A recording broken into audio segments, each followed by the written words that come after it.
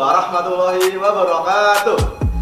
Ya, halo teman-teman semuanya. Di sini saya Muhammad Bang Sugianto dari Prodi Pendidikan Matematika Universitas Muhammadiyah Purworejo. Di sini saya akan membahas struktur aljabar dengan materi grup. Jadi teman-teman udah tahu belum sih grup itu apa? Kalau belum tahu ini saya jelaskan ya. Apa sih itu grup? Sebuah grup adalah sebuah pasangan terurut dalam kurung G, bintang. Dengan G adalah sebuah himpunan tak kosong dan bintang adalah sebuah operasi biner pada G yang memenuhi sifat-sifat sebagai berikut. Yang pertama tertutup, yang kedua asosiatif, yang ketiga identitas, dan yang keempat adalah inverse. Untuk sifat yang pertama, tertutup, yaitu setiap A, B elemen G dan terdapat C di elemen G, maka A bintang B sama dengan C. Untuk sifat kedua, yaitu asosiatif, yaitu jika setiap A, B, C elemen G, maka dalam kurung A bintang B, kemudian bintang C sama dengan A bintang dalam kurung B bintang C. Kemudian yang ketiga, G memiliki elemen identitas I, yaitu jika terdapat E elemen G dan juga setiap A elemen G, maka A bintang E sama dengan E bintang A sama dengan A. Selanjutnya, setiap anggota G mempunyai inverse, yaitu setiap A elemen G dan juga terdapat B di elemen G, maka A bintang B sama dengan B bintang E sama dengan E. Untuk selanjutnya ini sebagai catatan, jika G, bintang suatu grup yang memenuhi sifat komutatif, yaitu setiap A, B elemen G, berlaku A bintang B sama dengan B bintang A, maka G, bintang disebut grup komutatif atau grup abelian. Selanjutnya, himpunan G dilengkapi operasi biner bintang disebut grupoid. Jika G bintang hanya memenuhi sifat-sifat asosiatif, maka G, bintang disebut semigroup. Sedangkan apabila semigroup yang punya elemen identitas disebut monoid.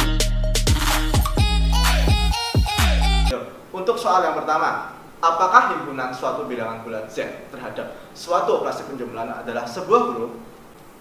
Ayo kita bahas dulu. Kita mulai dari daftar K ini. Plus 4 ini adalah modulus ya. Modulus keempat, penjumlahan dengan modulus 4. Di sini kami memiliki 0, 1, 2, 3 seperti ini. 0, 1, 2, 3. Ketika 0 ditambah 0 hasilnya 0. 1 tambah 0, 1.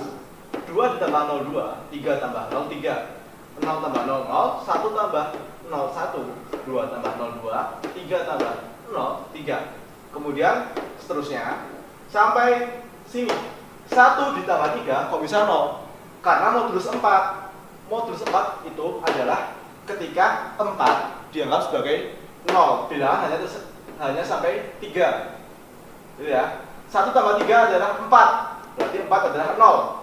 2 ditambah 3 adalah 5. 5 adalah 1 karena bisa dikurangi 4. 3 ditambah 3 adalah 2 karena 6 dikurangi 4 yaitu 2. Oke, kita bahas dari sifat-sifatnya dahulu ya.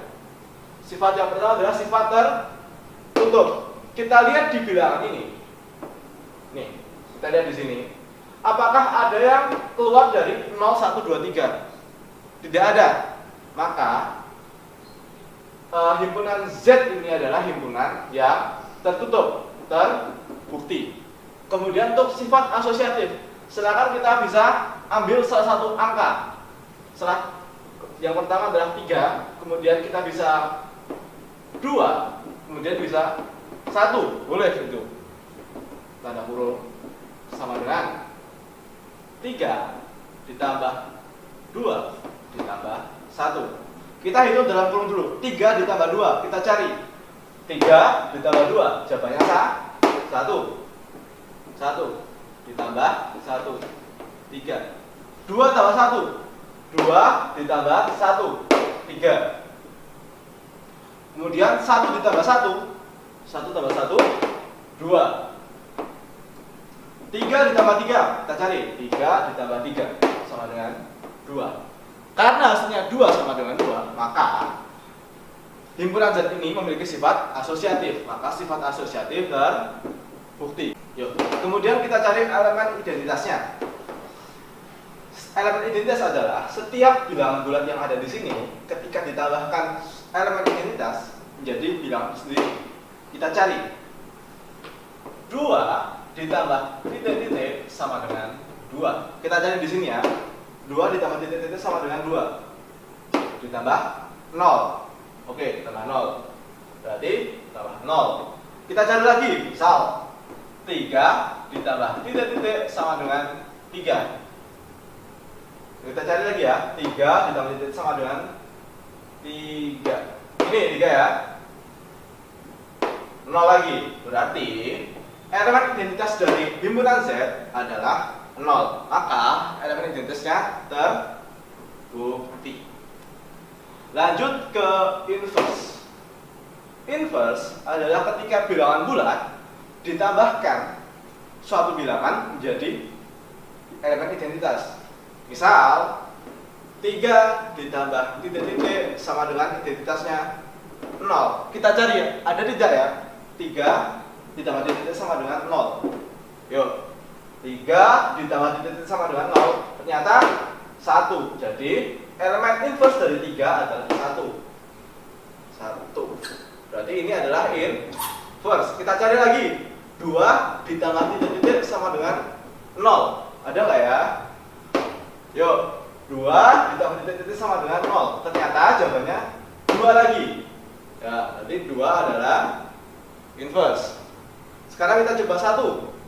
Yuk, 1 ditambah titik-titik sama dengan 0. Wah, ternyata 3. Berarti 3 adalah inverse dari 1. 1 lagi. 0. 0 ditambah titik-titik sama dengan 0. 0 ditambah titik-titik sama dengan 0 adalah 0 juga. Berarti inverse dari 0 adalah 0. Maka karena sifat 4 tersebut terpenuhi, himpunan Z. Oke, sekarang misalkan G sama dengan min 1,1 adalah suatu himpunan. Apakah G ini terhadap operasi penjumlahan adalah suatu grup? Ayo kita buktikan. Karena ini penjumlahan, kita tulis lambang penjumlahan. Kemudian kita masukkan anggota himpunannya. Min 1 ditambah min 1 sama dengan min 2. Min 1 tambah 1 sama dengan 0.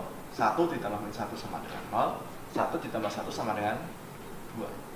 Kemudian kita masuk ke sifat yang pertama, tertutup. Yuk. Apakah semua bilangan di sini adalah anggota G? Kita coba dulu ya. Min 2. Min 2 apakah termasuk ke min 1,1? Tidak ada. Maka min 2 bukan anggota. 0.